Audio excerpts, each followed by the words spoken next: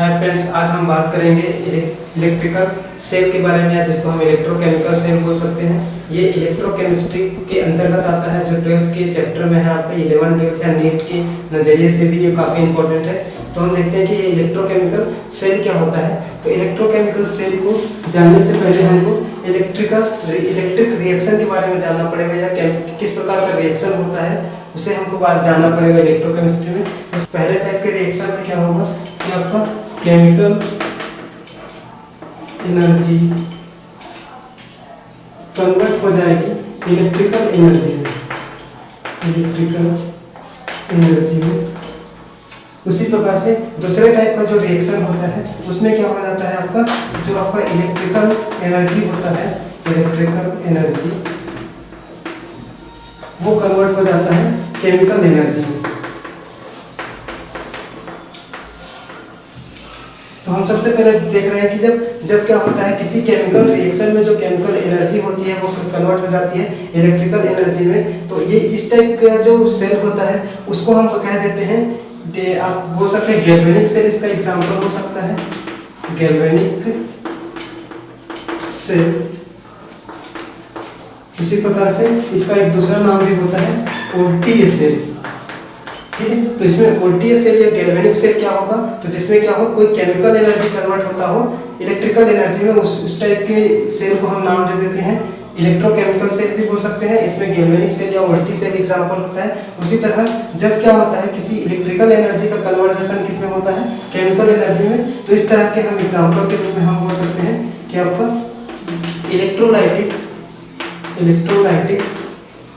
Cell इसका example होता है। तो आपको ये पता होना चाहिए कि हम गैल्वेनिक सेल या ओल्टी सेल जो एक ही नाम है वो क्या होगा, जब केमिकल एनर्जी किसमें कन्वर्ट होता हो, इलेक्ट्रिकल एनर्जी में। उसी टाइप से हमारा दूसरा सेल होता है इलेक्ट्रोलाइटिक सेल। तो फ्रेंड्स, हमने देखा कि इलेक्ट्रोकेमिकल सेल 2 पार्ट्स में डिवाइड किया गया है। एक होता है आपका गैल्वेनिक सेल, जिसको हम ओल्टी सेल के भी नाम से जानते हैं। इसमें हमने बताया कि जो आपका केमिकल रिएक्शन होगा, और ऐसा रिएक्शन जिसमें क्या हो, केमिकल एनर्जी का कन्वर्जेशन किसमें होता हो, ये बदल जाता हो आपके इलेक्ट्रिकल एनर्जी में। इस टाइप के सेल को हम क्या नाम देंगे, गैल्वेनिक सेल नाम देंगे। जबकि इलेक्ट्रिकल सेल जो होता है इसमें जस्ट अपोजिट होता है। इसमें जो होगा आपका इलेक्ट्रिकल एनर्जी चेंज हो जाएगी, इलेक्ट्रिक एनर्जी का जो चेंज होगा वो होगा केमिकल एनर्जी के रूप में। तो इस टाइप से इलेक्ट्रोकेमिकल सेल क्या होता है, 2 भागों में बटा होता है। सबसे पहले हम बात करेंगे ये गैल्वेनिक सेल क्या होता है, जिसका ओल्टी सेल भी कहते हैं। तो इसका मैकेनिज्म क्या होता है, कैसे इसका सेल रिएक्शन लिखा जाता है, इसके बारे में। गैल्वेनिक सेल का जब हम निर्माण करते हैं, जब हम उसका फॉर्मेशन करते हैं, तो इसमें 3 फैक्टर होते हैं या 3 कंपोनेंट होते हैं। तो कंपोनेंट के बारे में हम देख लेते हैं। इसको बनाने के लिए हमें कंपोनेंट किन किन चीज़ों की आवश्यकता होती है। तो जो पहला कंपोनेंट होता है वो होगा आपका ऑक्सीडेशन हाफ सेल। उसी तरह से हमारा दूसरा कंपोनेंट होगा रिडक्शन हाफ सेल, और तीसरा कंपोनेंट होगा हमारा सॉल्ट ब्रिज। तो 3 कंपोनेंट की सहायता से हम क्या कर सकते हैं, हमारे गैल्वेनिक सेल का निर्माण कर सकते हैं। तो हम इसका डायग्राम बना के देखते हैं कि कंपोनेंट का कैसा मैकेनिज्म होता है। कैसे देखते हैं कि ये जो ऑक्सीडेशन हाफ सेल होता है उसका कैसा प्रोसेस होता है। तो ऑक्सीडेशन हाफ सेल में हम क्या लेंगे, एक ऐसा हाफ सेल जिसमें कौन सा प्रोसेस होता हो, ऑक्सीडेशन का प्रोसेस होता हो। जैसे अगर हमने मान लिया कि मान लीजिए कोई मेटल इलेक्ट्रोड है जो किस स्टेट पे होगा, सॉलिड स्टेट पे होगा। तो ये क्या होगा, ये ऑक्सीडाइज्ड होकर ये M मान लीजिए प्लस में कन्वर्ट हो गया, और ये N इलेक्ट्रॉन क्या कर देगा, ये लूज कर देगा। तो इस प्रकार से हम बोल सकते हैं कि जो M प्लस होगा ये एक्वस सॉल्यूशन के रूप में होगा। तो ये जो प्रोसेस है ये क्या है, आपको ऑक्सीडेशन हाफ सेल को शो करता है।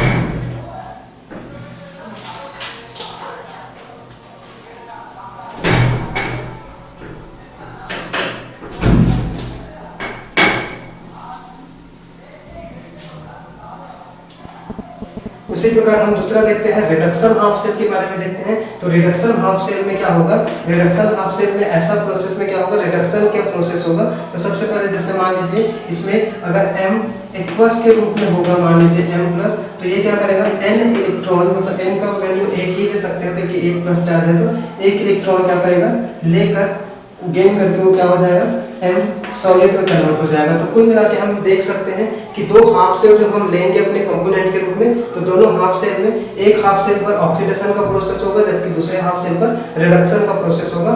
और ऑक्सीडेशन का मतलब ही होता है इलेक्ट्रॉन को लूज करना, जबकि रिडक्शन का मतलब होता है कि इलेक्ट्रॉन को क्या करना, गेन करना। तो इस प्रकार से हम अब इसका डायग्राम ड्रॉ करते हैं, उससे ज़्यादा ही अच्छे से समझ आएगा आपको। फ्रेंड्स अब हम देखते हैं कि इसका स्ट्रक्चर कैसे ड्रॉ किया जाता है। तो गैल्वेनिक सेल में हमने बताया कि दो हाफ सेल हम लेते हैं और दो हाफ सेल को आपस में कनेक्ट करके क्या बनाया जाता है, एक कंप्लीट सेल का निर्माण किया जाता है। तो सबसे पहले हम देखेंगे कि जो इस तरफ का जो हाफ सेल होगा, इस हाफ सेल में हम बोल सकते हैं कि हमने क्या किया है, इसमें मान लीजिए जिंक सल्फेट का सॉल्यूशन लिया हुआ है, जिंक सल्फेट का, जिसका कंसंट्रेशन 1 मोलरिटी होगा, इस तरफ लिया गया है। जबकि इस वाले में हमने सॉल्यूशन के रूप में क्या लिया है, कॉपर सल्फेट का, जिसका कंसंट्रेशन होगा 1 मोलरिटी, ये लेंगे और इसमें हम इलेक्ट्रोड के रूप में जिंक का ही इलेक्ट्रोड यूज करेंगे, जो जिंक का ही इलेक्ट्रोड यूज करेंगे। जबकि इसमें हम क्या यूज करेंगे, कॉपर के इलेक्ट्रोड का यूज करेंगे। अब हम देख सकते हैं कि दोनों ही तरफ क्या हुआ है, ये सॉलिड के रूप में हमने दो इलेक्ट्रोड लिए हैं और दो इलेक्ट्रोड को क्या किया गया है, एक कह सकते हैं एक्सटर्नल के जरिए, एक्सटर्नल वायर के जरिए हमने क्या किया है, इसको कनेक्ट किया है। तो इस तरह से इसमें क्या होगा, हमको मालूम है कि इस तरफ ऑक्सीडेशन का प्रोसेस होना चाहिए, जबकि इस तरफ क्या होना चाहिए, रिडक्शन का प्रोसेस होना चाहिए।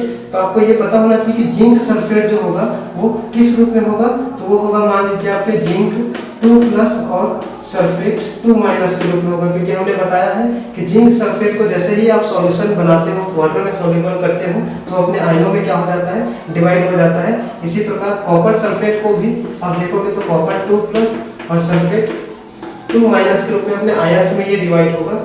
तो इस तरह से अब हम आगे का प्रोसेस देख सकते हैं। तो इसमें क्या किया गया है, हमने इसको कनेक्ट किया है, जो आपका जो करंट होगा वो इस तरफ से आगे की तरफ से जाएगा, इसको आउटर में हम कनेक्ट कर सकते हैं, आउटर। अब इसकी सहायता से हम देखते हैं कि आपका प्रोसेस होता कैसे है। तो सबसे पहले हमने इसमें एक चीज और जोड़ना पड़ता है, इसको हम सॉल्ट ब्रिज बोलते हैं, थोड़ी देर में बात करेंगे। तो सबसे पहले हम देखते हैं कि प्रोसेस हो क्या है। तो इस तरफ आपका ऑक्सीडेशन का प्रोसेस होगा। ऑक्सीडेशन का प्रोसेस का मतलब क्या है, ऑक्सीडेशन किस पर होगा, जिंक पर प्रोसेस ऑक्सीडेशन होगा। जबकि रिडक्शन हम देखें तो रिडक्शन इस वाले में होगा, मतलब कॉपर की तरफ वाले में होगा। तो कह सकते हैं कि अगर हम इस तरफ की बात करें, इस वाले जिंक वाले हाफ सेल पर ऑक्सीडेशन होगा, जबकि कॉपर वाले हाफ सेल पर क्या होगा, रिडक्शन होगा। अब हमको मालूम होना चाहिए कि जिंक पर ही ऑक्सीडेशन क्यों हो रहा है।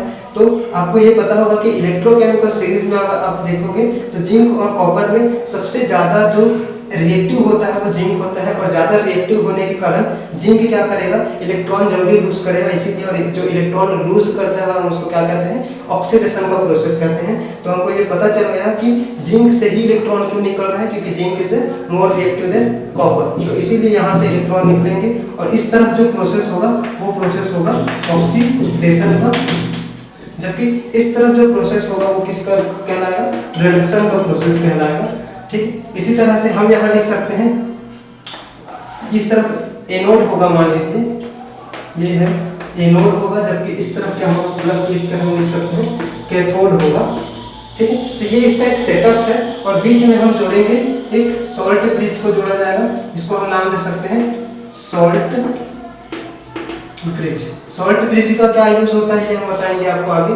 तो सबसे पहले देखते हैं कि इसका मैकेनिज्म कैसे वर्क कर रहा है, ये इसके बारे में सबसे पहले देखते हैं। तो सबसे पहले क्या हुआ, सबसे पहले हमको पता चल गया था कि जिंक सल्फेट का जब हमने सॉल्युबल किया था वाटर में, जो यहाँ वो जिंक 2+ और सल्फेट 2- के रूप में एक्वस के रूप में है। उसी तरह कॉपर भी एक्वस के फॉर्म में है, जबकि जिंक इलेक्ट्रोड और कॉपर इलेक्ट्रोड किसके फॉर्म में है, सॉलिड के फॉर्म में। तो सबसे पहला प्रोसेस शुरू होगा इस तरफ से। तो इस तरफ क्या होगा, हमको मालूम है कि इस तरफ ऑक्सीडेशन होगा, क्योंकि जिंक क्या होता है, मोर रिएक्टिव होता है। तो सबसे पहले हम इन दोनों में सबसे पहले हम जिंक सल्फेट की बात करेंगे। तो जिंक सल्फेट में जो जिंक होगा, ये इलेक्ट्रोड की बात हो रही, तो जिंक जो सॉलिड स्टेट में है वो इलेक्ट्रॉन लूज करके जिंक 2+ बनाएगा और 2 इलेक्ट्रॉन क्या कर देगा, लूज कर देगा। और जिंक 2+ किस स्टेट पे होगा, एक्वस फॉर्म पे होगा। तो एक्वस फॉर्म पे होने के कारण हम बोल सकते हैं कि इस पर ऑक्सीडेशन हुआ है। उसी तरह से यहाँ से हम बोल सकते हैं कि जो 2 इलेक्ट्रॉन ये ब्लू से किया है, ये 2 इलेक्ट्रॉन ऊपर की तरफ जा रहा है, आगे की तरफ जा रहा है। और हमको पता होना चाहिए कि इलेक्ट्रॉन इस तरफ जा रहे हैं, इसका मतलब जो आपका करंट है, जो आपका करंट है वो इस तरफ आएगा, क्योंकि कभी भी जो करंट होता है वो क्या होता है, इलेक्ट्रॉन के अपोजिट ही आता है। तो इस तरफ से हम कह सकते हैं कि यहाँ जो गैल्वेनोमीटर है, इसको मैं G से डिनोट कर सकता हूँ। तो गैल्वेनोमीटर का जो डेविएशन होगा वो किस तरफ होगा, इस तरफ होगा उसका कांटा। अब हम कह सकते हैं कि ये प्रोसेस से 2 इलेक्ट्रॉन जा रहा है, और 2 इलेक्ट्रॉन जब जाएगा तो 2 इलेक्ट्रॉन यहाँ से आकर देखेगा कि आप जानते हो कि कॉपर 2+ के पास 2 इलेक्ट्रॉनों की कमी है, जबकि कॉपर के पास कंप्लीट इलेक्ट्रॉन है। तो 2 इलेक्ट्रॉन की कमी होने के कारण इस 2 इलेक्ट्रॉन को कौन लेगा, कॉपर लेगा। तो ये इलेक्ट्रॉन लेना क्या कहला जाता है, रिडक्शन कहला जाता है। तो हम कह सकते हैं कि ये रिडक्शन का प्रोसेस अगर हम आगे बताएं तो ये जो कॉपर 2+ था, इसके पास 2 इलेक्ट्रॉनों की कमी थी। इस 2 इलेक्ट्रॉनों की कमी होने के कारण ये 2 इलेक्ट्रॉनों को क्या करेगा, अपने से लेगा। तो ये 2 इलेक्ट्रॉन को गेन करके यहाँ कॉपर बना देता है। और ये कॉपर जो 2+ होता है ये एक्वस फॉर्म में होता है, जबकि जैसे ही ये 2 इलेक्ट्रॉन लेता है ये सॉलिड फॉर्म में बन जाता है। अब इस तरह से ये प्रोसेस होता रहता है, बार बार यहाँ से 2 इलेक्ट्रॉन इस जिंक से निकलकर ऊपर की तरफ जाते हैं, और 2 इलेक्ट्रॉन कहाँ आके मिलता है, इस कॉपर 2+ पे। तो इस प्रोसेस पे क्या होगा, इस जिंक से बार बार 2 इलेक्ट्रॉन निकल रहे हैं, और जिंक 2+ क्या होते जा रहा है, नीचे की तरफ आके जमा होते जा रहा है। तो इस प्रोसेस में क्या होगा, जैसे जैसे टाइम बढ़ेगा, जैसे जैसे प्रोसेस आगे चलता जाएगा, ये जो इलेक्ट्रोड होगा वो क्या होता जाएगा, पतला होता जाएगा। लेकिन आगे आप देखोगे कि यहाँ जो 2 कॉपर 2+ था वो 2 इलेक्ट्रॉन लेके क्या बन जाता है, कॉपर बन जाता है। और कॉपर वापस से किस में जाएगा, बाकी के कॉपर के पास ही जाके जमा होने लग जाएगा। ठीक है, तो यहाँ डिपॉजिट होने के कारण हम बोल सकते हैं कि जो कॉपर वाला इलेक्ट्रोड होगा वो समय के साथ साथ, प्रोसेस के साथ साथ क्या होता जाएगा, इसका थिकनेस क्या होगा, बढ़ता जाएगा। तो ये प्रोसेस होता रहता है, और ये हमारा करंट इस तरफ से आते रहता है। समझिए यहाँ आपका जो गैल्वेनोमीटर है वहाँ डेविएशन देखने को मिलेगा करंट का। तो इस तरह से इलेक्ट्रोकेमिकल से काम करता है। हमको पता चला कि एक तरफ ऑक्सीडेशन हुआ, जबकि दूसरी तरफ क्या हो रहा है, रिडक्शन हो रहा है। और जहाँ ऑक्सीडेशन और रिडक्शन दोनों प्रोसेस एक साथ होते हैं, स्पॉन्टेनियस रिएक्शन है एक प्रकार का ये। तो उस प्रकार के सेल को हम क्या नाम दे देते हैं, गैल्वेनिक सेल कह देते हैं। इसमें क्या हो रहा है कि जो केमिकल रिएक्शन है किसमें कन्वर्ट हो रहा है, वो इलेक्ट्रिकल एनर्जी के रूप में या इलेक्ट्रिकल करंट के रूप में क्या हो रहा है, कन्वर्ट हो रहा है। इसीलिए हमने इसको गैल्वेनिक सेल या इलेक्ट्रोकेमिकल सेल भी कह सकते हैं, हाफ सेल के नाम से भी जानते हैं, इसको उल्टी सेल भी कहा जाता है। तो ये सभी नाम एक ही है। तो ये इस प्रोसेस में होता है, लेकिन आपको देखने को ये मिलेगा कि इसमें एक सॉल्ट ब्रिज भी जुड़ा हुआ है। तो ये सॉल्ट ब्रिज होता क्या है, तो सॉल्ट ब्रिज को जानने के लिए आपको ये पहले पता होना चाहिए कि हमने यहाँ जो जिंक सल्फेट और कॉपर सल्फेट का सॉल्यूशन लिया था, तो जिंक सल्फेट को हमने 1 मोलरिटी में दिया था, और कॉपर सल्फेट को भी हमने 1 मोलरिटी में दिया था। तो कंसंट्रेशन इसका क्या था, सेम था। तो कंसंट्रेशन सेम था प्रोसेस के पहले, लेकिन जैसे जैसे प्रोसेस आगे बढ़ रहा था, यहाँ से जिंक 2+ की मात्रा यहाँ क्या होते जा रही है, बढ़ते जा रही है। क्योंकि जिंक जो इलेक्ट्रोड है वहां से 2 इलेक्ट्रॉन निकल रहे हैं, और जिंक 2+ इधर क्या होते जा रहा है, इस जिंक 2+ का जो अमाउंट है वो क्या होता जा रहा है, बढ़ता जा रहा है। तो हम कह सकते हैं कि यहाँ जो पॉजिटिव चार्ज होगा, पॉजिटिव चार्ज का जो मात्रा होगा या अमाउंट होगा वो क्या होता जाएगा, यहाँ बढ़ता जाएगा। तो पॉजिटिव चार्ज में इंक्रीज होते जाएंगे, पॉजिटिव चार्ज कारण होगा 2 इलेक्ट्रॉन यहाँ से क्या करना, लूज करना।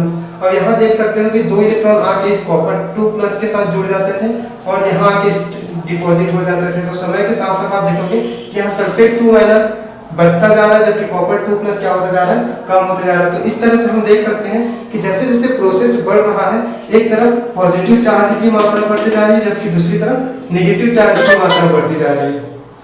तो इस प्रोसेस में क्या हो रहा है, इसमें जो हम 1 मोलरिटी का जो सॉल्यूशन लिए थे दोनों तरफ, कंसंट्रेशन में क्या हो गया, मिसबैलेंस हो गया। जो कंसंट्रेशन का बैलेंस था वो क्या हो गया, कम ज्यादा हो गया, जिसके कारण क्या हो जाएगा, हमारा जो गैल्वेनोमीटर था इसमें से इलेक्ट्रिक पास हो रही थी वो शो करना बंद हो जाएगा, या फिर इलेक्ट्रिक रुक रुक कर आएगी। तो हम चाहते हैं कि इलेक्ट्रिक रुक रुक कर ना आए, कंटिन्यूसली वो आना चाहिए। इसीलिए हम इसके उपाय के लिए हम क्या करेंगे, सॉल्ट ब्रिज का यूज करेंगे। तो फ्रेंड्स अब हम बात करेंगे सॉल्ट ब्रिज के बारे में। तो सॉल्ट ब्रिज होता क्या है, सॉल्ट होने के नाम से हम इसमें क्या बोलेंगे, इसको सॉल्ट और ब्रिज क्यों बोल रहे हैं, ब्रिज का कारण है कि ये दोनों के बीच एक इंटरनल कनेक्शन दे रहा है। हमको मालूम था कि इस वायर के जरिए हमको आउटर कनेक्टिविटी मिल रही थी, जबकि इसके कारण हमको एक इंटरनल कनेक्टिविटी मिलती है। तो एक ब्रिज के रूप में काम करने के नाम से हम इसको बोल देते हैं सॉल्ट ब्रिज। तो सॉल्ट ब्रिज के रूप में कैसे यूज किया जाता है, सॉल्ट ब्रिज में किन किन चीज़ों का यूज किया जाता है? तो सबसे पहले जो आपको KCl होता है या KNO3 होते हैं या NaCl होता है, कोई भी आप सॉल्ट ऐसे टाइप का ले सकते हो, या K2SO4, ये सभी जो सॉल्ट होते हैं, इन सॉल्ट को क्या किया जाता है? सॉल्ट को अगर सॉल्यूशन में मिक्स कर दिया जाता है, और अगर सॉल्यूशन के साथ मिक्स करने पर ये क्या हो जाता है, एक कहने का मतलब एक सॉलिड फॉर्म में हमारा एक ट्यूब बन जाता है। जो ट्यूब कुछ इस तरह से होता है, ऐसे मान लीजिए U के शेप का होता है, तो ये ट्यूब होता है, यही ट्यूब क्या होता है आपका सॉल्ट ब्रिज का बन जाता है। तो सॉल्ट ब्रिज कैसे बनता है आपको पता होना चाहिए कि जितने भी सॉल्ट है उसमें से किसी भी एक सॉल्ट को आप ले लीजिए और सॉल्ट को किसके साथ मिक्स कर दीजिए, जो आपका अगर सॉल्यूशन है उसके साथ मिक्स करने पर हमें एक जेली फॉर्म तैयार होता है। इसका ज़्यादा ठोस नहीं होता, वो ज़्यादा सॉलिड नहीं होता, तो उस तरह का एक सॉल्ट ब्रिज होता है। ये सॉल्ट ब्रिज को इस तरह से बना के हम क्या कर देते हैं, अंदर में इसके रख देते हैं। सॉल्ट ब्रिज का यूज क्या होता है सॉल्ट ब्रिज का? तो सॉल्ट ब्रिज का यूज होता है, ये क्या करता है, इंटरनल कनेक्टिविटी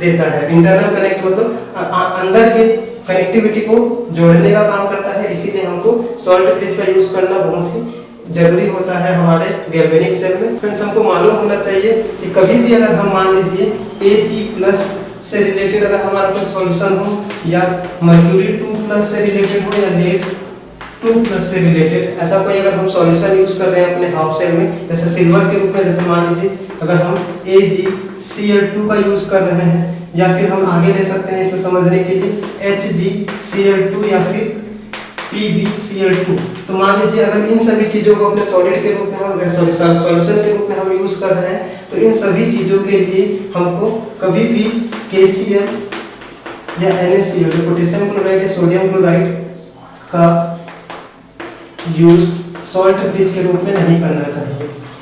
सॉल्ट ब्रिज के रूप में इसका उपयोग नहीं करना चाहिए। तो हम बोल सकते हैं नॉट यूज सॉल्ट ब्रिज के रूप में हम इसका यूज नहीं कर सकते। कारण क्या होता है कि KCl NaCl क्या हो जाते हैं, इसके साथ जुड़ के इसके साथ रिएक्ट करके क्या करते हैं, अपना प्रेसिपिटेट बना देते हैं। और प्रेसिपिटेट बनाने के कारण हमारा हाफ सेल वैसे काम नहीं कर पाता जैसे हमारा हाफ सेल करना चाहिए। तो इसका मेन कारण होता है प्रेसिपिटेट का निर्माण। तो प्रेसिपिटेट फॉर्म कर लेने के कारण आपको ये ख्याल रखना होगा कि सिल्वर प्लस या Hg2+ या फिर Pb2+ जैसे सॉल्यूशन का यूज करते समय हमको KCl या NaCl जैसे सॉल्यूशन का यूज या सॉल्ट ब्रिज को हम और अच्छे से समझ सकते हैं। इसमें मान लीजिए सॉल्ट ब्रिज में जो आपका A और B जो दो हाफ सेल था, और दो हाफ सेल को अगर मान लीजिए हमने क्या किया है, किसी सॉल्ट ब्रिज से जोड़ा है, तो सॉल्ट ब्रिज का असल में वर्क क्या होगा। तो सॉल्ट ब्रिज के रूप में मान लीजिए हमने KCl लिया है। हम जानते हैं कि KCl में जो पोटेशियम होता है वो प्लस चार्ज शो करता है, जबकि Cl क्या होता है, माइनस चार्ज शो करता है। तो इसमें मान लीजिए कि जैसे जैसे ये जो इनका कंसंट्रेशन शुरू में क्या होता है, सेम होता है, लेकिन जैसे जैसे प्रोसेस होता है, एक तरफ ऑक्सीडेशन होती है, दूसरी तरफ रिडक्शन होती है, तो मोलरिटी का बैलेंस गड़बड़ हो जाता है, बैलेंस बिगड़ जाता है, जिसके कारण प्लस एक तरफ क्या होते चले जा रहे थे, देखो आप एक तरफ प्लस की संख्या में वृद्धि होते चले जा रही थी। जिंक 2+ बन रहा है, बार बार जिंक 2+ बन रहा है, इसका मतलब मान लीजिए जिंक 2+ को प्लस शो करते हैं। तो आप देख सकते हो, और एक तरफ क्या हो रहा है, देखिए एक तरफ बार बार यहाँ से प्लस की संख्या क्या हो जा रही थी, कम हो जा रही थी, सिर्फ माइनस बच जा रहा था। तो आप देख सकते हैं कि एक तरफ पॉजिटिव चार्ज की संख्या अधिक हो गई, जबकि एक तरफ क्या हो गया, नेगेटिव चार्ज की संख्या में अधिक हो गई। तो इससे क्या हुआ, जो हमारा बैलेंस था वो क्या हो जाएगा, बिगड़ जाएगा। आप देख सकते हो जिंक 2+ की संख्या बढ़ने में प्लस बढ़ गया, जबकि यहाँ से क्या हो गया, प्लस चार्ज कम सा हो गया। तो इसको बैलेंस करने के लिए, जो कि यहाँ हमेशा ही माइनस और प्लस का बराबर होना चाहिए था, तो प्लस को क्या करने के लिए, प्लस चार्ज को या पॉजिटिव चार्ज को मेंटेन करने के लिए यहाँ नेगेटिव चार्ज जो होता है वो इस तरफ इस तरफ गति करता है, जबकि पोटेशियम प्लस चार्ज क्या करता है, माइनस चार्ज को बैलेंस करने के लिए या न्यूट्रलाइज करने के लिए क्या होता है, पोटेशियम K+ इस तरफ मोमेंट इसका गति करता है। तो इस प्रकार से क्या होता है, अपोजिट चार्ज क्या करते हैं, एक दूसरे को जाके क्या कर देते हैं, बैलेंस कर देते हैं। तो कुछ इसी तरह हमारा सॉल्ट ब्रिज क्या होता है, वर्क करता है। तो ऑक्सीडेशन के लिए हमने लिख दिया कि ऑक्सीडेशन में क्या था, जो जिंक था वो कन्वर्ट हो रहा था जिंक 2+ में, और 2 इलेक्ट्रॉन क्या कर रहा था, लूज कर रहा था। मतलब ये ऑक्सीडेशन का प्रोसेस था। जबकि रिडक्शन के प्रोसेस में क्या हो रहा था, रिडक्शन के प्रोसेस में जो कॉपर 2+ था इस तरफ का हाफ से, वो क्या हो रहा था, 2 इलेक्ट्रॉन गेन करके कॉपर सॉलिड में कन्वर्ट हो रहा था। तो इस प्रकार से हम कह सकते हैं इन दोनों को अगर हम मिक्स लिखें तो मिक्स लिखने पर क्या हुआ, जिंक कन्वर्ट हुआ जिंक 2+ में। तो हम नेट सेल रिएक्शन अगर लिखना चाहे तो नेट सेल रिएक्शन को हम लिख सकते हैं जिंक कन्वर्ट हुआ है जिंक 2+ में। उसी तरह से जो कॉपर 2+ कन्वर्ट हुआ है कॉपर में। और हम बीच में एक ऐसा लाइन खींच देंगे, ये किसको शो करेगा, ये शो करेगा आपके सॉल्ट ब्रिज को। जबकि ये जो सिंगल लाइन है, सिंगल लाइन किसको शो करता है कि दोनों ही क्या होते हैं, अलग अलग है, इसीलिए ये इसको शो करेगा। तो अगर आपको नेट सेल रिएक्शन लिखना है तो कुछ इस टाइप से हम नेट सेल रिएक्शन लिखेंगे। हम नीचे में सॉलिड लिख सकते हैं, ये इक्वल्स लिख सकते हैं, उसी तरह से ये इक्वल्स होगा और ये सॉलिड होगा। तो इस तरह से नेट सेल रिएक्शन लिखा जाता है। आपको गैल्वेनिक सेल बनाते समय कभी कभी कंफ्यूजन हो जाता है कि जो एनोड होगा वो इस तरफ होगा या इस तरफ। तो इसके लिए एक छोटा सा ट्रिक होता है, वो होता है लोन। इसको हम लोन नाम से याद रखते हैं, LOAN, जो एक शॉर्टकट ट्रिक है। तो लोन क्या होता है, लोन का मतलब होता है लेफ्ट साइड, O का मतलब होता है ऑक्सीडेशन। तो ये ऑक्सीडेशन भी हुआ है, समझ लीजिए, लेफ्ट साइड ऑक्सीडेशन हुआ है। और एनोड है, तो देखिए आप एनोड है और एनोड के साइड नेगेटिव चार्ज है, तो ये क्या है आपका नेगेटिव चार्ज है। और जस्ट इसके अपोजिट इस तरफ होगा। तो ये इस लोन को आप याद रखोगे तो ये सेटअप बना के आप आसानी से क्या कर सकते हो, किस तरफ ऑक्सीडेशन होगा, किस तरफ एनोड होगा, किस तरफ कैथोड होगा, इसका आप नॉलेज याद रख सकते हो। तो इस तरह से गैल्वेनिक सेल के बारे में आपको काफ़ी कुछ चीज़ें आज जानने को मिली है। तो आपको कुछ और जानना हो इससे रिलेटेड तो आप हमारे कमेंट बॉक्स में कमेंट कर सकते हैं। Thank you.